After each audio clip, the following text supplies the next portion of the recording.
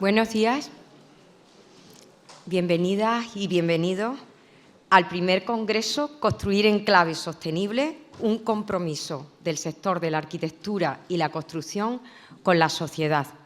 Autoridades, bienvenidas. Desde la organización queremos, en primer lugar, agradecer a todas las personas que nos acompañáis hoy por vuestro interés, por la iniciativa, por el Congreso y por el compromiso desde el sector por la sostenibilidad de nuestro planeta. Ha sido un trabajo conjunto, apasionante, con el apoyo de Saint-Gobain, que es patrocinador del Observatorio 2030 del CESCAE, donde a lo largo de un año nos hemos ido acercando al concepto de sostenibilidad desde 12 temáticas y que se han abordado desde los diferentes territorios de nuestro país. La iniciativa ha sido diseñada de manera conjunta con los colegios profesionales de arquitectura de toda España, a través de un proceso colaborativo que nos ha permitido conocer y aprender de la diversidad de nuestros territorios y acercarnos a ellos a lo largo de todo este año. Digo aprender no solo desde el punto de vista técnico, porque en cada una de las temáticas han ido participando profesionales multidisciplinares, sino también nos ha ayudado a identificar buenas prácticas, donde la calidad de la arquitectura ha primado. Estoy pensando que qué bien trabajáis desde los colegios de arquitectos y arquitectas de España. Enhorabuena y muchísimas gracias a los decanos y las decanas. En este congreso también contamos con el apoyo del Ministerio de Vivienda y Agenda Urbana, al cual queremos agradecer que hayáis abrazado este proyecto, integrando una parte de vuestro trabajo en red, el proyecto ARCE 2050, en una de las temáticas, la temática principal. El congreso se divide en 4 bloques seleccionados desde aquel interés que suscita a la propia sociedad y en el contexto actual. Por tanto, vamos a hablar de regeneración y renovación urbana y rural, rehabilitación de nuestros hogares, las normativas que vehiculan la transformación de nuestras arquitecturas y nuestros entornos construidos, la digitalización del sector y la financiación como eje transversal. En este sentido, hemos diseñado un programa que esperamos todos que os atraiga y que sea de vuestro interés. Sabemos que van a ser 2 días intensos, pero creemos que merece mucho la pena. Bien, van a participar personas expertas, profesionales multidisciplinares, colaboradores del Observatorio 2030, empresas, y se van a exponer una buena parte de casos prácticos. Creemos que son importantes para seguir avanzando, visibilizar esos casos prácticos, ¿no? Y además vamos a incorporar algunas píldoras que las hemos ido desarrollando a lo largo de todo este año, una píldora por temática, con un objetivo claro: acercarnos a la sociedad, con un mensaje claro y directo. Os pedimos, aunque alguno de vosotros y vosotras la hayáis visto, que nos ayudéis a difundir esas píldoras. Además, hemos querido incorporar de manera transversal la perspectiva técnica y académica, con una mirada hacia la innovación y la investigación. Y por ello también damos las gracias a la UPM, a la Escuela Técnica Superior de Arquitectura de Madrid, con la que hemos conveniado para la organización de este evento.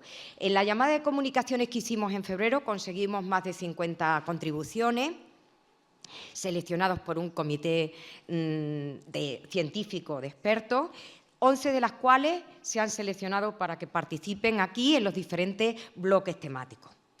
Bueno, sin más preámbulo, esperamos que aprendamos juntos y que disfrutéis de este evento que hemos preparado con mucha dedicación y cariño.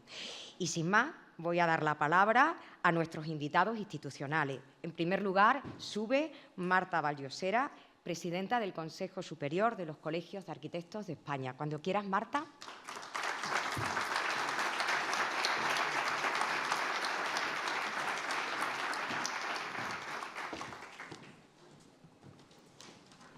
buenos días a todos y a todas.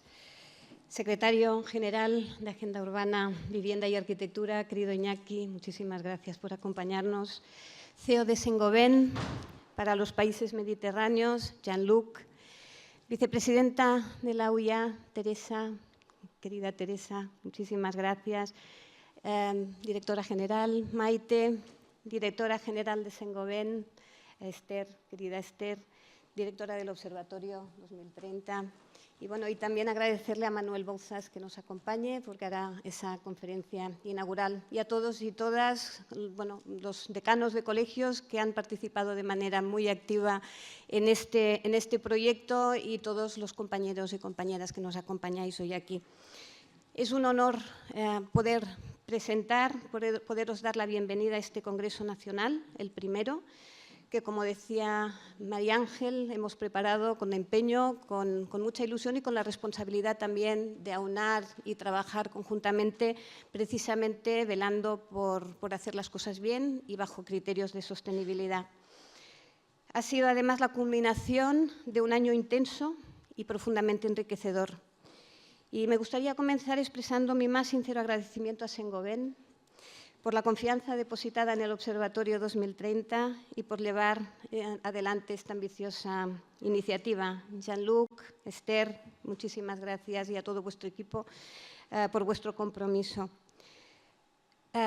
Quisiera también agradecer de forma muy especial al Ministerio de Vivienda y Agenda Urbana, porque ha sido un colaborador crucial en el Congreso y por ello un agradecimiento especial al secretario general, Iñaki, a la directora general y a todo el equipo bueno, que habéis estado colaborando con todos nosotros, directores generales, subdirectores y asesores, que con su implicación y por participación van a dotar al Congreso de otros contenidos de máximo interés para la profesión. Durante la jornada de hoy, representantes del Ministerio, junto con agentes de otros ministerios, administraciones públicas e instituciones del sector, van a presentar actualidades normativas que van a tener un impacto directo sobre nuestra práctica profesional y, por extensión, al entorno construido en el que vivimos y desarrollamos nuestras actividades. Por un lado, la reforma del Código Técnico de la Edificación y el impulso del Plan Nacional de Renovación de Edificios, que va a llevar en sí mismo la transposición de la Directiva de Eficiencia Energética de los Edificios. No solo son hitos legales para repensar, actualizar y mejorar nuestra forma de proyectar y construir, que van a suponer un nuevo rumbo para la arquitectura, guiado por la eficiencia, la sostenibilidad y, sobre todo, por un principio irrenunciable que es la calidad arquitectónica. Pero el Congreso Construir en Clave Sostenible representa mucho más que un punto de encuentro. Esta iniciativa nace con el propósito de dar respuesta a algunos de los principales retos que enfrenta hoy el sector de la construcción, avanzar con firmeza en los compromisos de sostenibilidad, promover la inclusión y la salud en los entornos habitados, fomentar la innovación y garantizar la calidad como base del interés general. Todo ello en plena sintonía con la Ley de Calidad de la Arquitectura, con los valores de la nueva Bauhaus europea, la sostenibilidad, la inclusión y la belleza. Un enfoque integral que nos invita a pensar y construir con sentido, con sensibilidad y con visión de futuro. Lo comentaba antes María Ángel, durante el último año y gracias al inestimable apoyo de los colegios oficiales de arquitectos, la iniciativa ha tenido una presencia activa en todo el territorio nacional, con más de 20 jornadas y actividades, alineadas con los grandes desafíos del siglo XXI, que nos ha permitido recorrer el territorio con la convicción clara de que construir en clave sostenible no es una opción, sino una necesidad urgente. Estos encuentros nos han permitido compartir conocimiento, escuchar voces diversas, conectar experiencias y generar comunidad. Cada una de estas acciones ha sido un paso más en la construcción de este Congreso. Gracias a este trabajo, el Congreso es, al mismo tiempo, un punto de llegada y un nuevo punto de partida, una oportunidad para profundizar en los aprendizajes, para explorar soluciones innovadoras y, sobre todo, para renovar nuestro compromiso con una forma de habitar, de construir y transformar nuestros entornos que sea respetuosa con el planeta y también con las generaciones futuras. Durante 2 días contaremos con la participación de voces expertas, experiencias internacionales y propuestas que nos inspiran a seguir avanzando. Pero lo más valioso de este congreso será sin duda el encuentro entre quienes compartimos una misma visión, la de un sector de la construcción que no solo sea motor económico, sino también agente activo de cambio social y ambiental. Gracias por ser parte de este camino. Gracias por construir cada día en clave sostenible. Bienvenidos y bienvenidas a todos y todas a este congreso. Muchísimas gracias.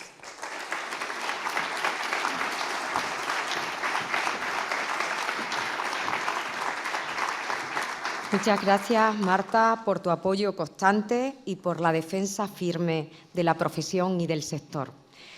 Ahora intervendrá Jean-Luc Gardin, que es CEO de Saint-Gobain para los países mediterráneos. Cuando quieras.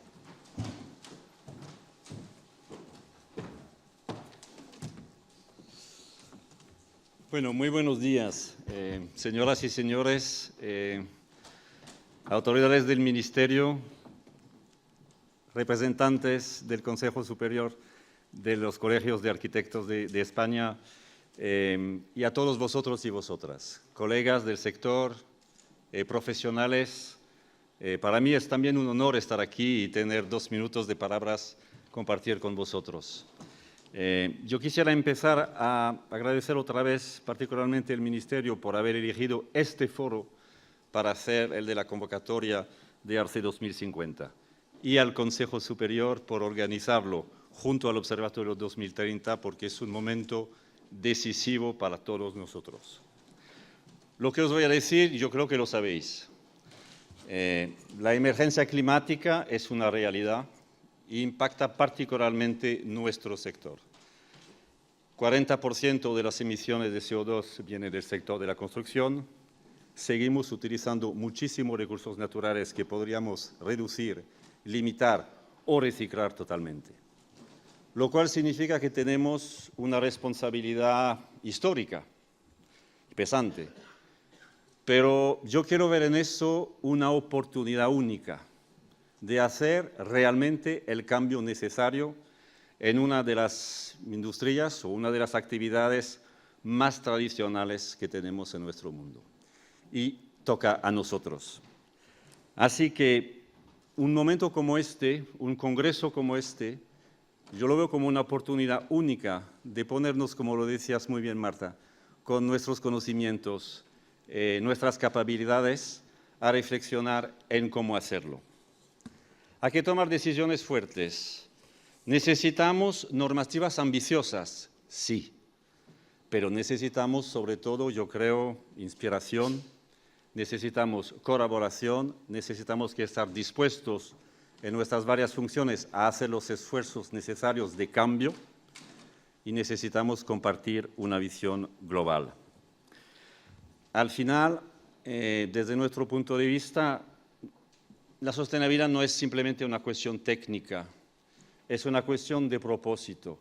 Es lo que va a permitir ofrecer viviendas, entornos donde vamos a trabajar o vivir, que van a ser más sostenibles, más eficientes y también más justo, porque tenemos que recordar que la vivienda es la mayor inversión que tenemos durante nuestra vida y que se está poniendo cada día más difícil para las nuevas generaciones. Con lo cual, es una cuestión también de bienestar y a través de eso, de estabilidad social e incluso, si me permitéis, de paz, que yo creo necesitamos bastante. Hay que construir más en este país, lo sabemos, y es una buena cosa, pero hay que construir bien y ofrecer realmente a todos los entornos que merecéis para que podamos seguir construyendo sociedades en las que nos gusta vivir. Así que, cuando digo que es una cuestión de propósito, pues yo creo que es el propósito que tenemos que compartir todos. Muy modestamente en Saint-Gobain, nuestro propósito que hemos definido como de hacer del mundo un hogar mejor, making the world a better home, pues eso nos lleva a nuestra hoja de ruta de una descarbonización para el 2050, que es un reto, evidentemente no es fácil, pero tratamos de hacerlo de una manera muy concreta. Primero con inversiones Inversiones que no son inversiones con payback comercial o industrial, sino con inversiones para cambiar nuestros procesos industriales. Y muy concretamente estamos aquí en España, incluso este año, invirtiendo decenas de millones de euros simplemente para cambiar energía y descarbonizar algunas de nuestras líneas de producción. Invertimos en innovación para hacer productos eficientes, pero también más ligeros, más aplicables según vuestras recomendaciones, y que son también con contenido reciclado mucho más alto, porque es posible reciclar todo lo que se utiliza en la construcción. No es fácil organizarlo, pero es posible. Y lo hacemos también a través de alianzas estratégicas con muchos de vosotros, promotores y también actores de construcción industrializada, y es lo que creemos lo más importante para poder lograr nuestro objetivo de clave de sostenibilidad. Así que otra vez, muchísimas gracias al Ministerio, muchísimas gracias al CERCAI por organizar este foro, por darnos la posibilidad de contribuir. Quiero darle las gracias también a mis equipos que han trabajado con los vuestros y me hace muy orgulloso, tengo que decirlo, y espero que vamos a aprovechar ese día para combinar nuestras capacidades y poner en marcha esos cambios concretos que sabemos que necesitamos mucho. Así que gracias. Sigamos construyendo juntos en clave sostenible. Gracias.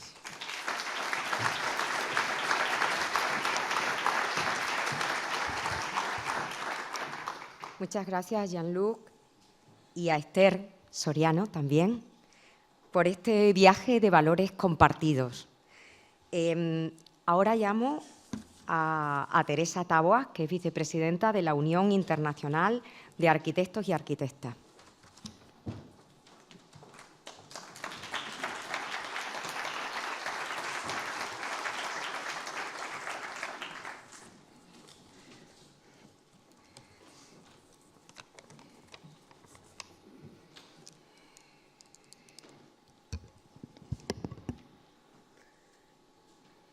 Buenos días a todos y a todas.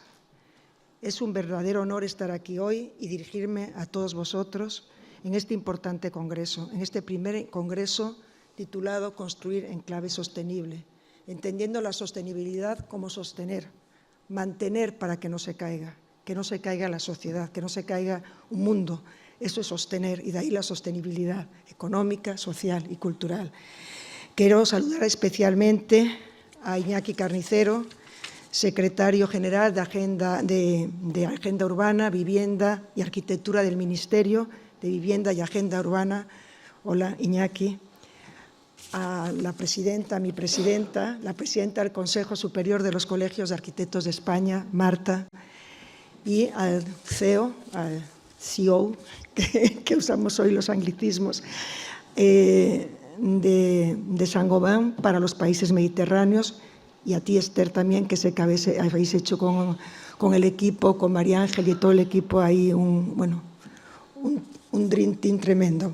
Pero, y a los decanos y a las decanas de toda España. Hoy quiero hablarles a todos sobre la intersección entre un manifiesto que desde la Unión Internacional de Arquitectos hemos hecho, un manifiesto sobre la arquitectura de hábitat social y la interrelación con este congreso. Construir en clave sostenible. Ambos enfoques nos invitan a reflexionar sobre el papel crucial que tenemos las arquitectas, los arquitectos, los urbanistas, los que se dedican al urbanismo, ahí está Manuel, los responsables de la planificación territorial, los responsables de las políticas, Maite, en la creación de hábitats que solamente no sean funcionales, sino que también promuevan el bienestar humano y la sostenibilidad ambiental. Sostener. En este contexto, la idea de construir en clave sostenible se convierte en un imperativo categórico. No podemos ignorar la urgencia de la descarbonización en nuestras prácticas constructivas. La industria de la construcción, lo comentaba Jean-Luc, de Saint-Gobain, es una de las principales responsables de las emisiones de carbono a nivel mundial. Por lo tanto, es nuestra responsabilidad como profesionales adoptar estrategias que reduzcan nuestra huella de carbono. Esto incluye el uso de materiales de construcción que sean sostenibles. Y, por supuesto, la implementación de tecnologías de eficiencia energética y el diseño de espacios que minimicen el consumo de recursos. Construir en clave sostenible también implica un compromiso con la responsabilidad social. Debemos asegurarnos de que nuestras decisiones arquitectónicas y urbanísticas beneficien a todas las comunidades. De ahí la importancia de este bloque de regeneración urbana y rural, territorial, que beneficien a todos. Esto significa diseñar hábitats que no solo sean asequibles, sino que también ofrezcan espacios de calidad que fomenten la cohesión social y el bienestar. Cada proyecto debe considerar su impacto en la comunidad, garantizando que se respeten los derechos y necesidades de todos los ciudadanos. La responsabilidad económica, otro de los puntales de la sostenibilidad, de ese sostener a una sociedad, de ese sostener a los ciudadanos, a las personas. La responsabilidad económica es otro de esos pilares y no debe ser vista como un coste adicional, sino como una inversión a largo plazo. Implementar prácticas sostenibles puede generar ahorros significativos en términos de energía y mantenimiento, además de aumentar el valor de las propiedades. Si vamos a términos puramente económicos, hablemos en términos económicos. Debemos promover un enfoque que considere el ciclo de vida completo de los edificios, desde su diseño hasta su eventual demolición, asegurando que cada etapa es gestionada de manera responsable y eficiente. Trabajemos juntos y juntas en la búsqueda de soluciones que trasciendan fronteras y que permitan un intercambio de conocimientos y experiencias para abordar los desafíos globales que enfrentamos en el ámbito de la arquitectura, el urbanismo y la planificación territorial. En conclusión, este Congreso de Construir en Clave Sostenible, como ese manifiesto que se hizo desde la Unión Internacional de Arquitectos del Hábitat Social, comparten ambos ese compromiso común hacia la creación de entornos que sean inclusivos, sostenibles y que fomenten una calidad de vida adecuada para todas y todos. La construcción en clave sostenible no es solamente una opción, es una necesidad urgente para garantizar un futuro viable para las próximas generaciones. Agradezco a todo el equipo, a ti, María Ángel, por estar al frente, pero estas cuestiones son equipos. Tenemos que empezar a hablar de equipos. Hay personas que están al frente, pero hay equipos detrás. Gracias, María Ángel, gracias, Esther, de nuevo, por vuestro esfuerzo, por la dedicación y por vuestro compromiso.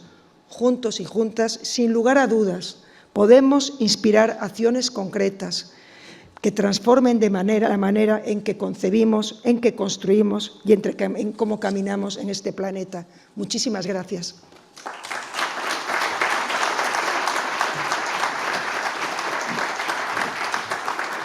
Muchas gracias, Teresa. Efectivamente, este trabajo es un trabajo de equipo.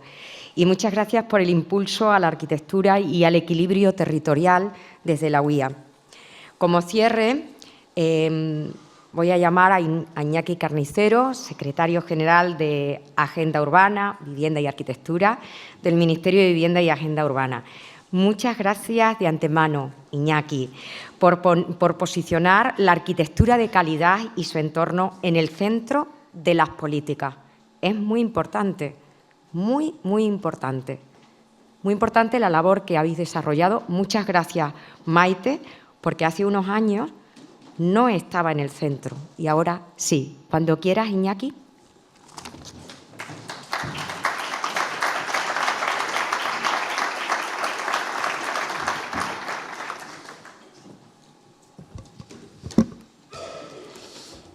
¿Qué tal? Buenos días a todos y a todas. Querida Marta Valllosera, presidenta del CESCAE. Querida Teresa Taboadas, disculpadme, vicepresidenta de la Unión Internacional de Arquitectos. María Ángeles López Amado, directora del Observatorio 2030. Estimado Jean-Luc, CEO de Saint-Gobain para países por el Mediterráneo, resto de autoridades, instituciones, directora general, subdirector de vivienda. Veo tantas caras conocidas y amigos y compañeros en todo este trayecto que hemos empezado hace unos años que creo que me voy a saltar esta explicación más institucional que muchas veces suena a rollo, para hacer unas reflexiones que creo que son importantes, ¿no? Porque de la misma manera que es importante trabajar en silencio, también es importante poner en valor las cosas que se van consiguiendo. Yo creo que es muy de destacar el hecho de que muchos de los que estáis aquí presentes estemos hoy aquí celebrando esta jornada, que también ha organizado el Observatorio, con Ángeles Amado a la cabeza, y que en definitiva propone una cosa que yo creo que es muy importante, y es tener esta visión holística donde la arquitectura, donde la calidad de la arquitectura se posiciona siempre como una política transversal a todas las acciones que debemos acometer en el ámbito de la construcción. Desde el Ministerio de la Vivienda tuvimos claro hace 5 años que era muy importante comenzar todos estos retos, todas estas transformaciones desde la defensa y el impulso de una nueva ley, una ley de calidad de la arquitectura que se logró aprobar con una mayoría de votos en el Congreso en un momento que, como ya sabéis, de polarización política, pero que venía introduciendo la cuestión de la calidad frente a la cantidad.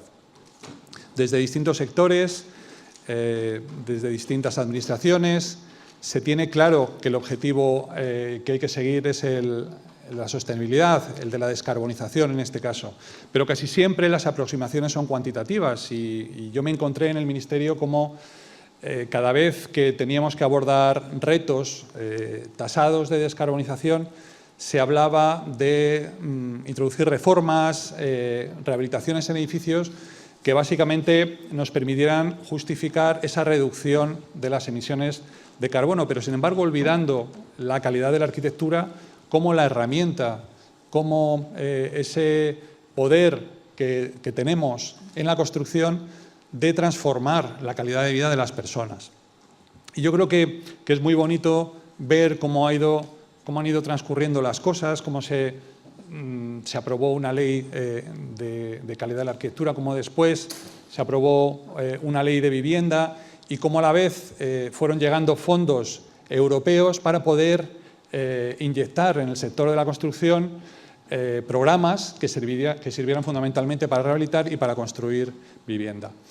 En el momento en el que estamos, hemos iniciado, yo creo que importantes acciones, cuestiones como el proyecto ARCE, que hoy servirá para que veáis un poco más detenidamente en el momento en el que estamos, donde de nuevo no hemos querido únicamente responder a la obligación que tenemos como Ministerio de transponer la Directiva de Eficiencia Europea, sino que hemos querido dar un paso más y transformar esta transposición en un proyecto ilusionante que sirviera primero para divulgar digamos que las acciones que tenemos que acometer, pero por otro lado también para hacer comunidad, es decir, para que tanto desde las administraciones, desde el ámbito político, desde los estudios de arquitectura, se tuvieran claro que se puede trabajar de manera coordinada y teniendo los mismos objetivos encima de la mesa. Acciones como las bienales de arquitectura, que por ejemplo yo creo que han cambiado también en los últimos años. Este año ha sido muy emocionante ver en la Bienal de Venecia y tenemos la suerte de contar aquí con Manuel Bouzas, uno de los 2 comisarios, que os podrá contar el magnífico trabajo que han hecho.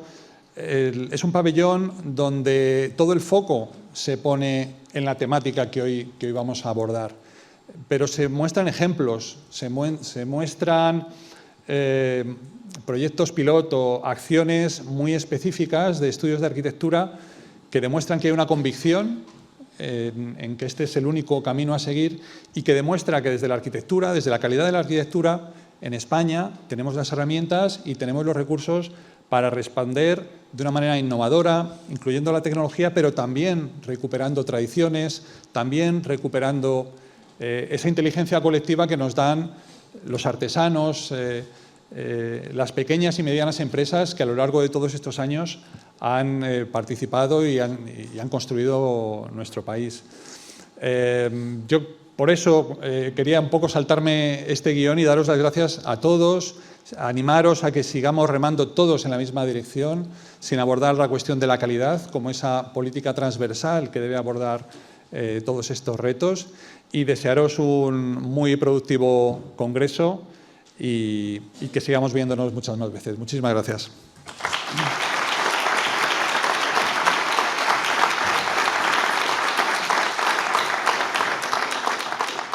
Es un placer estar aquí y un honor, y estoy súper contento de formar parte de este congreso. Agradezco la invitación a las instituciones y agradezco también las palabras de Iñaki, de Marta, de Jean-Luc, de Teresa, Esther, Elisa y también el Felipe, nuestro mago, que la verdad es que hace un poco difícil la siguiente presentación, pero lo vamos a intentar. Bueno, ¿se puede bajar un poquito las luces de la pantalla?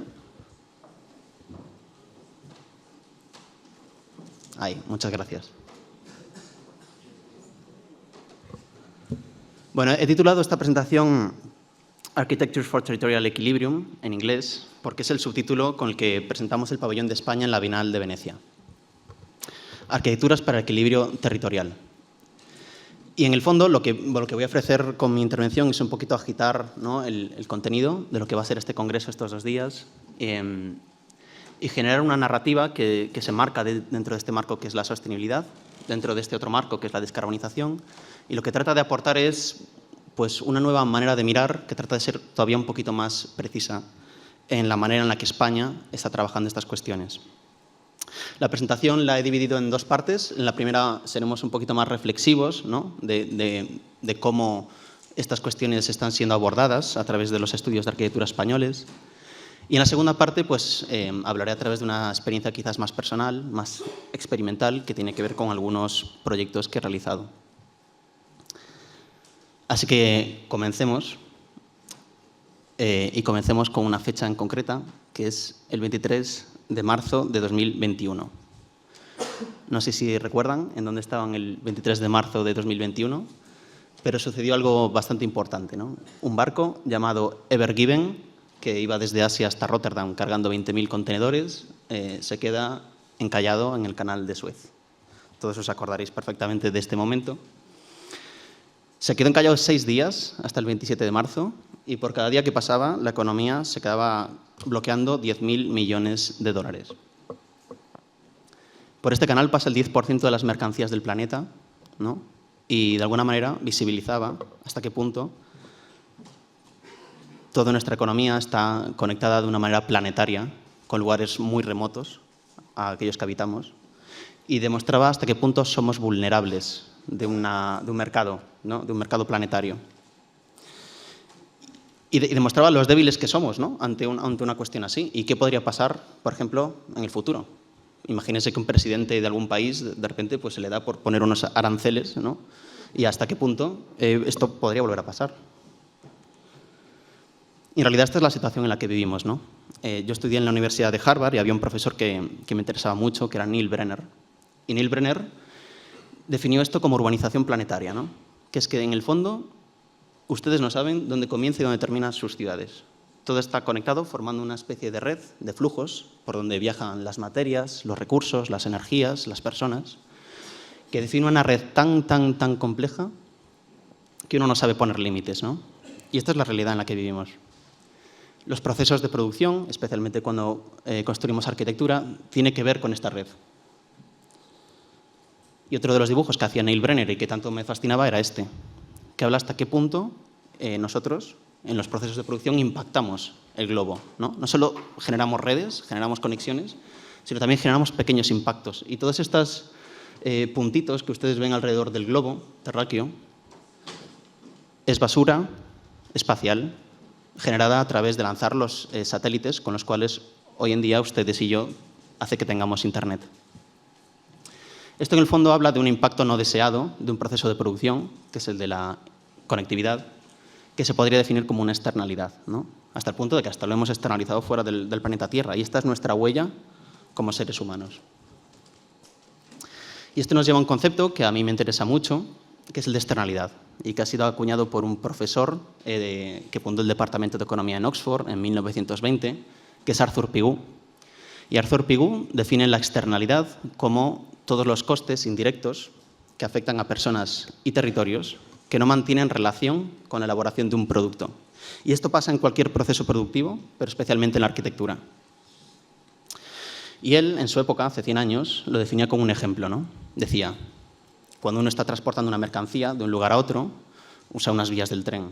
Y ese tren, cuando pasa a veces a lo mejor por un bosque, puede provocar un chispazo de la fricción con las vías. Y ese chispazo puede generar un incendio. Y ese incendio puede a lo mejor acabar con un bosque o con una biodiversidad. Y ese chispazo es lo que él llama una externalidad. Estas externalidades a veces son indirectas o inconscientes o no deseadas. Y hay otras donde es muy consciente. Cuando nosotros, por ejemplo, trabajamos con aluminio, que es un material pues, bastante contaminante, estamos produciendo también una externalidad, que es toda esta mancha roja que ustedes ven arriba a la derecha, que son los lodos tóxicos que provienen de extraer este propio material, ¿no? Y este ejemplo me toca de cerca, porque yo que vengo de Galicia, pues al norte en Lugo tenemos una de las fábricas de aluminio más importantes del país, que está abajo a la derecha, y a la izquierda toda esa mancha roja de externalidades de lodos tóxicos.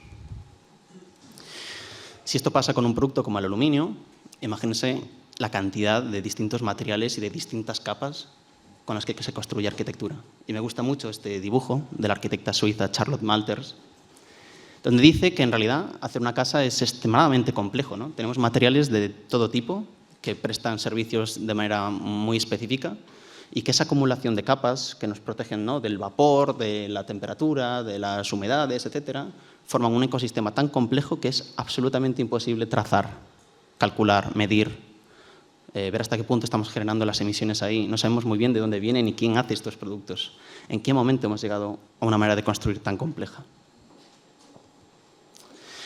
De tal manera que, en el fondo, esta cosa de las externalidades, como he dicho, es algo que me interesa a mí, pero también a mi compañero Roy Salgueiro, con el que hemos hecho el pabellón de España en la Bienal de Venecia. Es un tema que nos interesaba abordar, ¿no? Y para empezar a abordar un problema, lo primero es como analizarlo, desmenuzarlo, categorizarlo. Y en ese sentido hemos encontrado que hay 5 externalidades principales que creemos que son fundamentales abordar en el sector de la construcción. Uno son los materiales con los que construimos, que habitualmente provienen de procesos de extracción extremadamente violentos, como es esta cantera en Río Tinto, en Huelva. También es la energía. España es un país que históricamente ha sido pobre energéticamente hablando y ha tenido que importar energía de otros lugares y quemarlo, ¿no? También en mi tierra, en Galicia, pues teníamos uno de las centrales, o teníamos, más contaminantes, que era el das Pontes.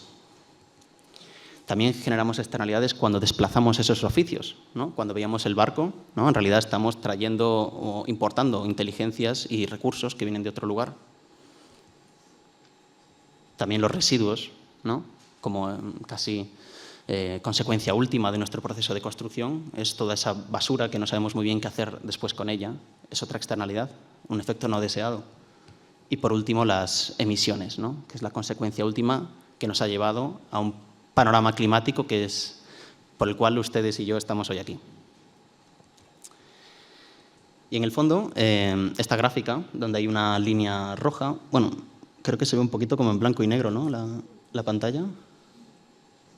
Bueno, pues hay una línea que marca el crecimiento de las emisiones, ¿no?, hasta el año 2050 y después, más acostada, hay otra línea que marca el crecimiento de la población.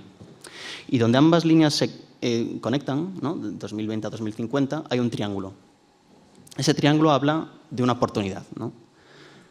Para 2050 seremos 10.000 millones de personas en este planeta, estaremos generando entre 44 y 53 billones de toneladas de CO2 y es nuestra responsabilidad y una oportunidad el cómo a través de una serie de edificios que tenemos que seguir construyendo, especialmente vivienda, ¿no?, en este país y en esta ciudad en concreto se nota esta demanda, pues podemos en realidad doblar esa curva, ¿no?, y hacer que los edificios no solo generen menos emisiones, sino que además permitan absorberlas y que el impacto que hagamos al planeta no sea cero o sea poco, sino que sea positivo.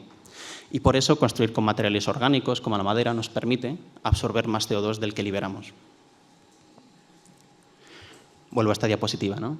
El planeta es un planeta interconectado de flujos materiales, de recursos, de personas. ¿Y qué pasaría si en realidad apagamos esas conexiones, ¿no? ¿Qué pasa si en el planeta empezamos a mirar a lo que tenemos un poquito al alcance de la mano?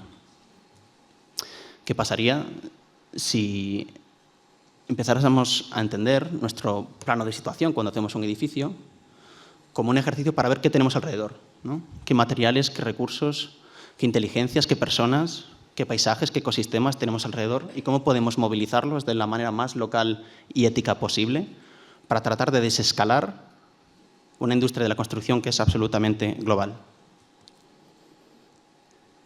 De tal manera que si antes generábamos 5 externalidades, ahora podríamos generar 5 internalidades. Las internalidades son flechas que en vez de ir hacia afuera van hacia adentro. Con lo cual, esos materiales que antes extraíamos de manera violenta se pueden comenzar a plantar y a cultivar, como es el caso de la madera. La energía que antes quemábamos e importábamos, de repente la podemos empezar a capturar a través del viento y el sol. Y España es una gran potencia en estos asuntos. Los oficios que antes desplazábamos al otro lado del mundo, en realidad los podemos comenzar a apoyar, ¿no? Apoyar y hacerlos más robustos, más fuertes. Los residuos que antes descartábamos los podemos comenzar a reciclar, y no solo reciclar, sino elevar de valor. Y las emisiones que antes pues, mandábamos a la atmósfera, podemos comenzar a poner políticas que nos ayuden a prevenirlas. Y esta idea de internalidad es una palabra que articula no solo el pabellón español, sino una metodología, una actitud de cómo afrontarse a estos problemas, y que tras 6 meses de trabajo la hemos definido como la consecuencia de mitigar las externalidades medioambientales asociadas a los procesos de producción a través de recursos locales, regenerativos y de bajo impacto ecológico, en equilibrio con los territorios de donde provienen. Y es por eso que les voy a presentar el proyecto Internalities, Architectures for Territorial Equilibrium, que ha representado a España en la Bienal de Venecia. Un proyecto apoyado por el MIBAU, Acción Cultural Española y AECID, junto con el apoyo de FINSA y la Fundación Arquia, que se inauguró hace 2 semanas, ¿no? Y aquí estamos todos los participantes, ¿no? Toda la familia de los más de 50 personas que formaban parte de este proyecto. Hace 2 semanas nosotros estábamos ahí, pero también muchas personas de esta sala, y era un momento muy feliz porque por fin abríamos este pabellón, el que llevábamos trabajando desde octubre, y que trataba de dar respuestas a estos problemas que yo estoy planteando, ¿no? Un pabellón que en el fondo lo que hacía era recoger una serie de evidencia que en los últimos 5 o 10 años en España se está produciendo algo muy interesante, ¿no? Y yo que vivo al otro lado del mundo, en Estados Unidos, pues mira como con cierta admiración a todo lo que los compañeros están haciendo aquí, ¿no? Y no solo yo, sino también la gente que está fuera, ¿no? La gente sabe que en España se construye de una manera muy particular, ¿no? Hay como una manera de hacer que es muy, muy española. Se nos mira con bastante admiración, y lo que veníamos a celebrar es como esta nueva generación de arquitectos, en el fondo, está ejemplificando una manera distinta de hacer las cosas, a la cual nosotros hemos acuñado el término de internalidades para representarlo. Y donde les pedíamos a 16 proyectos que consideramos que lo ejemplificaba de una manera más clara, que representara un poquito cómo lo habían hecho, ¿no? Y les pedíamos 2 maquetas a cada uno. Una maqueta que sabían hacer y otra que no sabían hacer. La primera maqueta era una maqueta de detalle constructivo de esos edificios que habían creado, ¿no? Y teníamos maquetas pues, a escala 1,20, 1,50, hechos con madera, con tierra, con piedra, también con materiales reciclados. Y la que no sabían hacer era la otra, que era la maqueta donde les pedíamos que representasen los lugares de donde venían esos materiales, ¿no? El objetivo era ejemplificar que para nosotros tan importante es el espacio que construimos como el otro que estamos deconstruyendo, pero que en realidad también lo estamos construyendo a través de otras lógicas. Con lo cual, había edificios de madera, pero también bosques, había edificios de piedra, pero canteras, había edificios de tierra y también suelos. Entonces teníamos compañeros como estos, ¿no? Bosch Capdeferro, que por cierto Ramón Bosch creo que va a hablar aquí mañana, donde este edificio de viviendas en Cataluña, de madera industrializada, de CLT, pues venían acompañadas del bosque en el País Vasco, de donde habían cortado la madera. Este proyecto de un centro social en Ecuador venía acompañado de los bosques de Teca, de donde habían cortado esta madera, que son unos bosques planos que se inundan, unas historias fascinantes, ¿no? Y que venía el tronco del árbol perfectamente, ¿no? Ahí, como en crudo, sin procesar. Edificios que tenían que ver con la tierra y con las lógicas de cómo hacer ladrillo, ¿no? Y entonces Camps Philippe nos contaba que el ladrillo puede ser todo, ¿no? Suelo, techo, paredes, y nos contaba también de dónde venían esas arcillas, muy vecinas al lugar donde habían construido el edificio, en Cataluña. O, por supuesto, también Pau Munar, que nos decía que la tierra Incluso puede venir desde el propio solar donde se hace su vivienda, ¿no? Y esta técnica, que se llama balasto, de las Islas Baleares, venía a contar, ¿no?, que si tú extraes una cierta cantidad de tierra a cierta profundidad, puedes crear muros de tierra como el de esta casa de aquí en Mallorca. O proyectos de espacio público también, ¿no? No todo es arquitectura y edificios, también tenemos ciudades y paisajes. Y Branco del Río, en Portugal, nos contaba que la pizarra que había construido este pueblo también podía construir el espacio público. Y nos contaba que este suelo, ¿no?, construido con la propia pizarra del lugar, recortada, ¿no?, cincelada, como quien ¿no?, cincela una escultura, pues nos hablaba tanto de ese pueblo como de la cantera de donde venía su material. Y piedra, como esta, ¿no?, como esta restauración de una capilla en la España vacía, en Aragón, donde a través de unos bloques de piedra hechos fresados tecnológicamente con CNC, recomponían el volumen de la capilla, ¿no? Y esa sierra, esa hoja de sierra que había cortado las piedras de los bloques, pues nos la habían regalado como peana para la maqueta, ¿no? Esa es la piedra que ha cortado todos esos bloques que ustedes ven ahí. Y donde, para representar esa cantera, tuvieron que acudir al artesano que lo había hecho, ¿no?, a la gente que trabaja en la propia cantera, porque no había documentación que recogiera las curvas topográficas de este lugar, ¿no?, y que cincelaron perfectamente la cantera de donde venía esta piedra. O ejemplos de trabajar con materiales reciclados, como esta loya baseliana en Suiza, del estudio Isla, donde en realidad pues, recogían materiales reciclados de toda el área metropolitana de Suiza, ¿no?, y que las ponían como una chincheta en los Alpes, ¿no? Esa maqueta de ahí son los Alpes, y ustedes ven de dónde ha venido, de cada almacén, los materiales reciclados que han permitido construir este edificio. Todos ellos maquetas de los espacios que construimos y los espacios que deconstruimos, y que para nosotros, como son tan importantes, queríamos presentar de una manera un poquito especial, ¿no? Y para ello pues, diseñamos unas balanzas que lo que hacen es poner en equilibrio ambas cosas, ¿no? Como símbolo de equilibrio y como símbolo de justicia, pues creíamos que era una manera, ¿no?, de hacerlas flotar, todo este contenido, todas estas maquetas, y presentarlo en Venecia. Y fabricamos 16 balanzas de madera, que contenían estas 32 maquetas y servían como de acceso, ¿no?, al pabellón español. Madera que venía de un lugar también muy especial, y nosotros nos aplicamos el mismo cuento, ¿no? ¿De dónde vamos a extraer la madera con la que vamos a hacer estas balanzas? Bueno, pues de los montes vecinales de Galicia, que podría hablar horas sobre ello, yo de hecho gestiono uno, y donde habíamos colaborado con la empresa Finsa para seleccionar solo 3 árboles de 3 especies, de 3 comunidades, que nos los cedieron perfectamente para hacer estas balanzas, ¿no? Pero ¿qué pasa en el resto del pabellón, ¿no? Esto es como la fotografía que se ha compartido, seguramente muchos de ustedes lo conozcan, pero en el resto del pabellón, en las 5 salas laterales, tenía lugar otro tipo de contenido. Contenido que tiene que ver con investigación y de cómo la piedra, la madera, la tierra y lo reciclado, en realidad, es algo que tenemos que seguir empujando en la agenda para que juegue un rol cada vez más importante en la manera en la que construimos. Y teníamos una sala que hablaba sobre estos materiales que ya no extraemos, sino que plantamos y cultivamos, y que tiene que ver con la madera. Y hablábamos en concreto de la cornisa cantábrica, y cómo en la cornisa cantábrica la madera juega un papel fundamental porque es la que provee de madera a toda España, ¿no? Y los arquitectos de esta sala, Daniel Ibáñez, Carla Ferrer y María Azcárate, en realidad especulaban con cuáles eran los futuros de este material. Desde la industrialización, donde hay grandes compañías clave allí, que están permitiendo toda esta transición, hasta los bosques, ¿no? Y ellos hablaban en realidad de cómo es necesario tener una silvicultura que tiene un periodo de unos 30 años para permitir y hacer esto posible. Una sala que hablaba de la energía, y en la costa atlántica los arquitectos del estudio STAR junto a Luis Díaz Díaz nos hablaba de cómo un río, el río Eume, que nace en la ría de Ferrol, es un ejemplo de transición energética, ¿no? Esa central de Aspontes que yo les enseñaba al principio, que era la más contaminante de toda España, ahora mismo genera más energía de la que consume. Y esto lo hace a través de una arquitectura del viento, esto es donde nace el río Eume, y una arquitectura del agua, que son todas estas presas que van, ¿no?, yendo en cascada hasta la ría de Ferrol. Había otra sala que hablaba de los oficios y todas esas inteligencias colectivas y populares que nos han ayudado a construir durante siglos y que hoy juegan un papel más relevante que nunca. Los arquitectos Ana y Eugeni Bach, junto a Caterina Barjau, pues nos hablaban de cómo esa arquitectura de la tierra, del arco mediterráneo, tiene que ver con una manera de trabajar con la mano que es muy especial y muy particular, ¿no? Y coleccionaban todas sus herramientas que hacen posible este tipo de edificios, ¿no?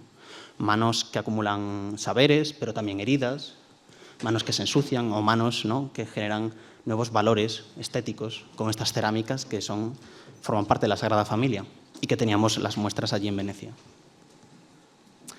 Una sala que hablaba de los residuos y se centraba aquí en Madrid, en la zona centro, y hablaba de cómo nosotros podemos no solo reciclar, sino elevar de valor aquello que reciclamos. Y generaban como con esta provocación, ¿no?, una puerta monumental, una arquitectura hecha con residuos, que en el fondo miraba a lo que hay en Madrid, ¿no? Madrid, un sitio complicado, complejo, fruto de la especulación inmobiliaria, donde encontrarse con esos contenedores es más que habitual y donde escogían piezas de estos contenedores para, en realidad, hacer esa pieza que habían titulado Ornamento y Detrito, en referencia al ensayo de Adolf Loos, ¿no? Y donde también visitaban todos estos centros logísticos del sur de Madrid que son clave para esta arquitectura de la circularidad. O los arquitectos de las salas de Misiones, que hablaban de las Islas Baleares y de cómo trabajan con lo que tienen, ¿no? Desde la piedra del marés para construir esta bóveda, hasta algas de Posidonia que les sirven para aislarse del entorno. Y que tiene que ver con esta arquitectura con presión, esta arquitectura de gravedad, esta arquitectura de la solidez que les lleva a construir bóvedas y a través de estos mecanismos pueden hacer viviendas sociales que permiten reducir la huella de carbono al 50%. Y que tiene que ver con estos paisajes de cantera de marés que están siendo reactivados, están reactivando economías que ya estaban olvidadas. Y también pensando en qué pasa después que este marés llega al final de su vida útil y cómo puede uno reciclar estas piedras de marés para hacer, pues por ejemplo en este caso, un hormigón ciclópeo, que era lo que servía al estudio de arquitectura H Architectes para hacer estas viviendas sociales en Mallorca. Dissing, que es una de los medios más importantes de arquitectura del mundo, publicaba El Pabellón Español y lo hacía a través de un titular que a mí me gustó mucho, que decía que de todos los pabellones y de toda la Bienal de Venecia, que había más de 750 participantes, el Pabellón Español era de los únicos que no solo especulaba con otra manera de construir, sino que lo demostraba. Y lo demostraba a través de evidencia científica que entre todos hemos hecho posible en los últimos años, ¿no? Entonces, en ese sentido, pues agradecer la oportunidad de hacer este trabajo que ha sido el más importante de mi vida, seguramente, y que es un orgullo realmente pues, tener un país que tiene esta capacidad, ¿no? A ver. Y lo hace en los contextos más difíciles, ¿no? Esto es vivienda social construida en las Islas Baleares con tierra, madera, termoarcilla, piedra, ¿no? Para un segmento de población que a lo mejor no es la más lujosa, ¿no?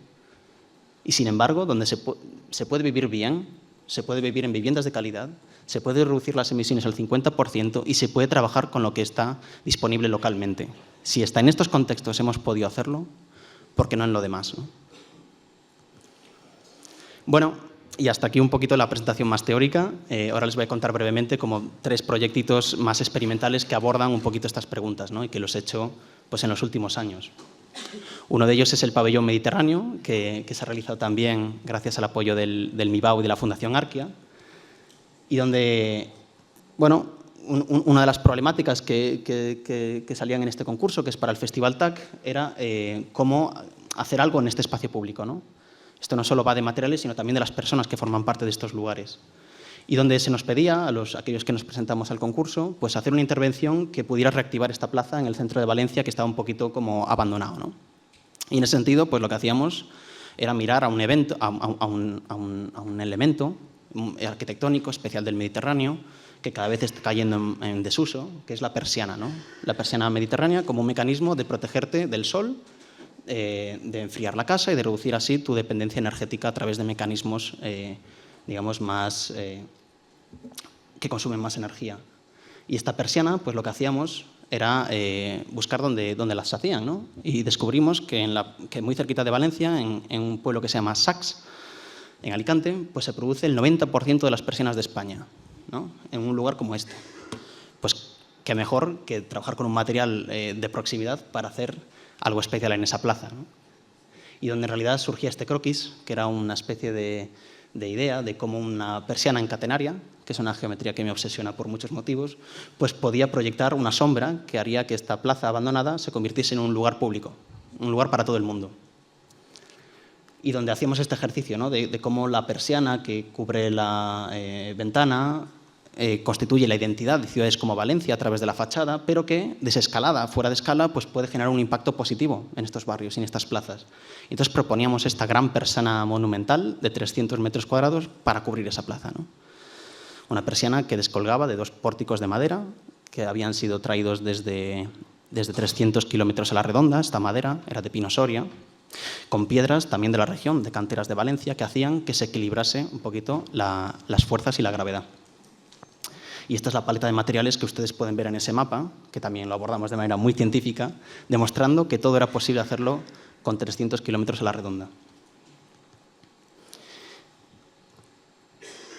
Y que lucía así, ¿no? Tras unas semanas construyéndolo, pues teníamos esta gran persiana, ¿no?, que descolgaba del pórtico grande al pórtico pequeño, generando una sombra en Valencia. Un espacio pues, de congregación, donde los vecinos podían reunirse, generar cierto programa público, generar ciertas actividades, tomarse, pues no sé, una cerveza también, ¿por qué no? Había un bar ahí al lado, y donde durante varias semanas pues, fue un lugar muy, muy especial en la memoria de los habitantes de este barrio, ¿no? Un edificio que de repente recogía la cota de la calle, porque en el fondo estaba ubicado donde había habido un edificio de viviendas durante muchas décadas, y que a través de esta apertura pues, conseguía enfocar determinados elementos importantes como esta iglesia del barrio, ¿no? Y donde se produjeron pues, una grandísima cantidad de eventos que tienen que ver con el diseño, con la arquitectura, con la sociedad, y hasta donde hubo conciertos, ¿no? Me gusta esta foto, aunque esté en blanco y negro, donde la gente de la banda del barrio pues, llevaba una gorra verde en honor al color del pabellón, ¿no? Pero había un problema. Y es que cuando hice los cálculos de la huella de carbono de este edificio me di cuenta de que toda esa madera que había absorbido CO2 lo emitía a través de todos estos elementos en oscuro que son los herrajes, conexiones de metal que hace posible que madera y madera se unan y que contaminaban tanto como la madera que conseguía absorber como el CO2 que conseguía absorber la madera. Y en el siguiente proyecto tuve la oportunidad de enmendar este error. Este es la Caban Setel, en Roma, en la Villa Medici, que es un lugar súper especial, ¿no? Esto fue un regalo de la vida, poder hacer algo en este lugar. Es la Academia de Francia en Roma, la Villa Medici, en lo alto de la colina del Pincho, desde donde se ve toda la ciudad, y donde hay un jardín, allí al fondo, que es el que está construido, diseñado por Fernando de Medici hace 5 siglos. Y cuando uno ve el plano, ve estos 16 quadratis, ¿no? Que anticipan un poquito la entrada al palacio y servía de lugares de cultivo, de agricultura, de la comida que se consumía en el palacio, ¿no?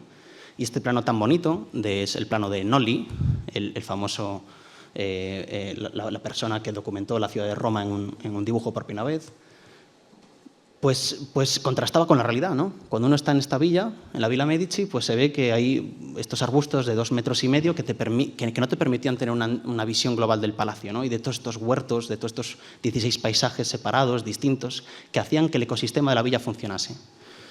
Y donde había una oportunidad de repetir la misma estructura que les he enseñado antes, pero con otra función, ¿no? Esta vez la íbamos a hacer bien, sin herrajes de acero, y íbamos a hacer una condición que era especial, que era poder elevar a las personas hasta una altura, que era la cota +8, que permitiría por primera vez ver estos jardines, estos 16 quadrati, nunca se habían visto desde arriba, pero también ver la ciudad de Roma desde uno de los puntos más altos de la ciudad. Al mismo tiempo que servía pues, de sombra, ¿no?, para el verano caluroso de Roma. Y que repetía este pórtico pues, implementando una escalera y una sombra, donde generar un espacio muy especial, ¿no?, elevado.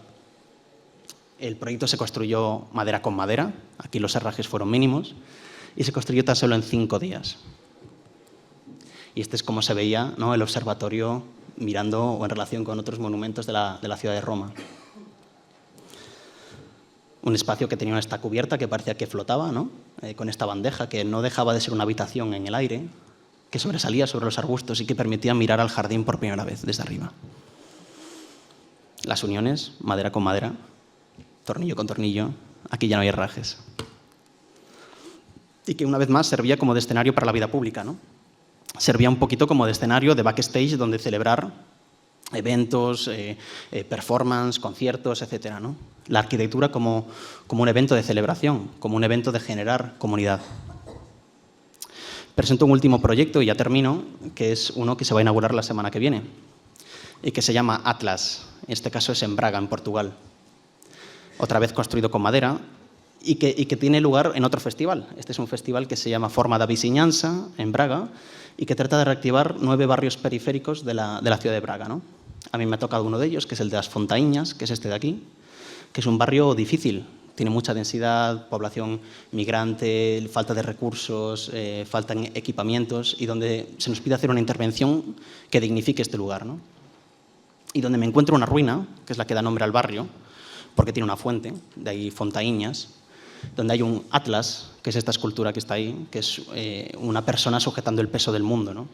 Y esta ruina, que parece incompleta, ¿no? Porque uno no ve la cubierta, está un poco dañada, pues es el contexto donde vamos a hacer esta obra, que se inaugura, como digo, la semana que viene, y que parte un poquito de este concepto, ¿no? Como el atlas, este cuerpo que sujeta un cuerpo esférico pesado, puede convertir la ruina, que es otro objeto pesado que soporta otro cuerpo esférico, que es la bóveda. Y donde vamos a construir pues, una cubierta, una bóveda, que lo que va a hacer es arrojar sombra y convertir este lugar en un lugar especial, un lugar de encuentro, un lugar de comunidad, donde habrá comidas populares, fiesta, cine de verano, etc., ¿no? Y que una vez más se vuelve a construir con madera. Madera de proximidad de los montes vecinales de Galicia, y que trata de ser muy eficiente en el uso que hace. Esta es una cubierta de un sistema que también me obsesiona, que es el sistema Zullinger, inventado por un ingeniero alemán hace 100 años y popularizado en Sudamérica, que es donde lo descubrí, donde dice que únicamente con tablas planas puedes hacer grandes luces, ahorrando, como ven en el diagrama de la derecha, hasta la mitad de una cubierta de madera normal. Y esto a mí también me parece muy interesante en términos de sostenibilidad, ¿no? No solo es construir con madera, sino construir con menos madera. Y donde hacemos este proyecto, que es esta bóveda Zullinger, que cubre la ruina, volando un poquito sobre la preexistencia, que tiene esta parte de madera y una cubierta también de madera, que utilizan simplemente 2 paneles CLT, que son como estos, que se han cortado en Galicia, y toda una serie de componentes metálicos que vienen reutilizados del propio taller, ¿no? No hemos consumido ningún tipo de acero nuevo, ¿no? Todo viene reutilizado, y todos estos perfiles híbridos son los que conforman la subestructura, ¿no? de la bóveda, y que luce así, ¿no? La próxima semana que viene, si alguno va por Braga, pues podrá visitar este proyecto, ¿no? de la bóveda, y aquí ven el atlas al que hace referencia. Este es el proceso de fabricación de la visita esta misma semana. Bueno, termino. Creo que es importante también comunicar esto, ¿no? Y ser como didácticos en la manera en que esta metodología, esta actitud puede influir también en las nuevas generaciones.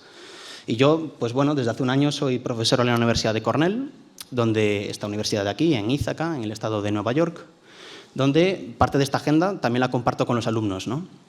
Alumnos que también han colaborado en estos proyectos, que me ayudan, ¿no? a darles forma, tanto en la bóveda de Braga como en el pabellón español. Ellos forman parte de ellos, hacen parte de la investigación, se empapan de este conocimiento, pero donde también doy seminarios, ¿no? Este año di un curso titulado Internalities, ¿no? y que iba sobre desmenuzar un poquito las claves del pabellón español. Y tenemos estudiantes de todos los lugares, ¿no? De Asia, de Sudamérica, de África, de América también, del norte de Europa. Y les pedía, bueno, como esta metodología muy española puede extrapolarse a otros lugares. Les invitamos, aparte de los participantes, ¿no?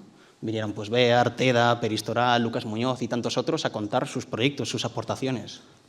Y les pedíamos a estos alumnos que mapearan los recursos de sus lugares, ¿no? Aquí tienen ustedes Corea del Sur, tienen la India, tienen Ecuador, etcétera, etcétera, haciendo sus mapas de recursos, como había hecho yo el de Valencia. Mapeando también los ciclos y los flujos materiales, ¿no? Cuáles son las ecologías de la producción que tienen que ver con estos recursos. ¿Cómo los unimos? ¿Cómo los construimos, ¿no? En América a veces no se presta mucha atención a la construcción, pero los estudiantes me dijeron que por fin habían aprendido, ¿no? de la importancia de unir una cosa con la otra y que nuevos tipos de tectónicas se generan a partir de él. Y generaban todos estos 6 prototipos híbridos que respondían cada uno a un continente, hablando de lo que había disponible, de lo que había cerca, y que arquitectura respondía a ello. Bueno, termino con 3 conclusiones para iniciar este congreso de construir en clave sostenible. La primera es que construir en clave sostenible implica, a mi juicio, pues atender al ciclo de vida de un edificio, muchísimo antes de su construcción y, por supuesto, muchísimo después de su deconstrucción, ¿no? El sector de la construcción ha sido tradicionalmente lineal, Extraemos, fabricamos, transportamos, construimos y demolemos. Y tenemos que pensar en realidad en otro sistema, ¿no? Uno circular.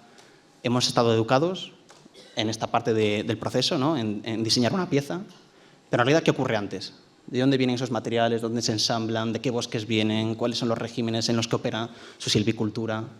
¿Y qué pasa después, una vez se desmantela este edificio? ¿Cómo podemos reutilizar o reciclar o volver al ecosistema de la producción todos estos componentes que han servido al final de su vida útil? La segunda reflexión es que construir en clave sostenible exige movilizar los recursos y las inteligencias que forman parte de un determinado territorio. Y una de las cosas que hicimos en el Pabellón de España es, por primera vez, dibujar un mapa de recursos, ¿no? Estos son los paisajes de bosques, canteras, tierras, también de la red de energía renovable, que es, en el fondo, nuestro mapa, nuestra brújula para la descarbonización de todo un país en las próximas décadas, ¿no? Y este es un elemento que hemos presentado en Venecia y que todo el mundo va a tener acceso a través de nuestra web Internalities. Y la última es que construir en clave sostenible supone una oportunidad única para desescalar y equilibrar las economías de la construcción con las ecologías de la producción. Y voy a terminar con un vídeo, que es aquel con el que presentábamos el Pabellón de España en la Bienal de Venecia y que espero que ayude, pues, a iniciar estas jornadas.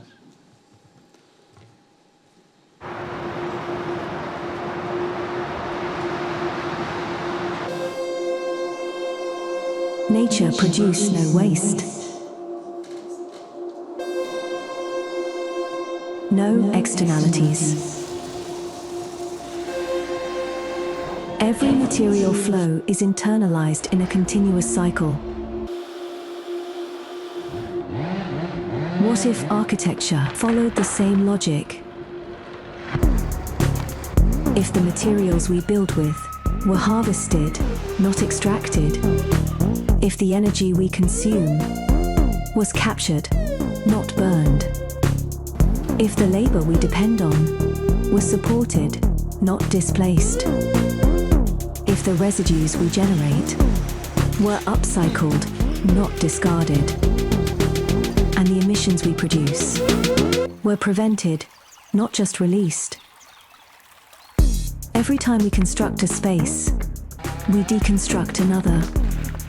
Often, in remote geographies across the planet, new times demand new design responses. What if architecture were constructed in partnership with the land? What if we internalized our environmental externalities? We invite you to think with us. How can we balance the economies of construction with the ecologies of production?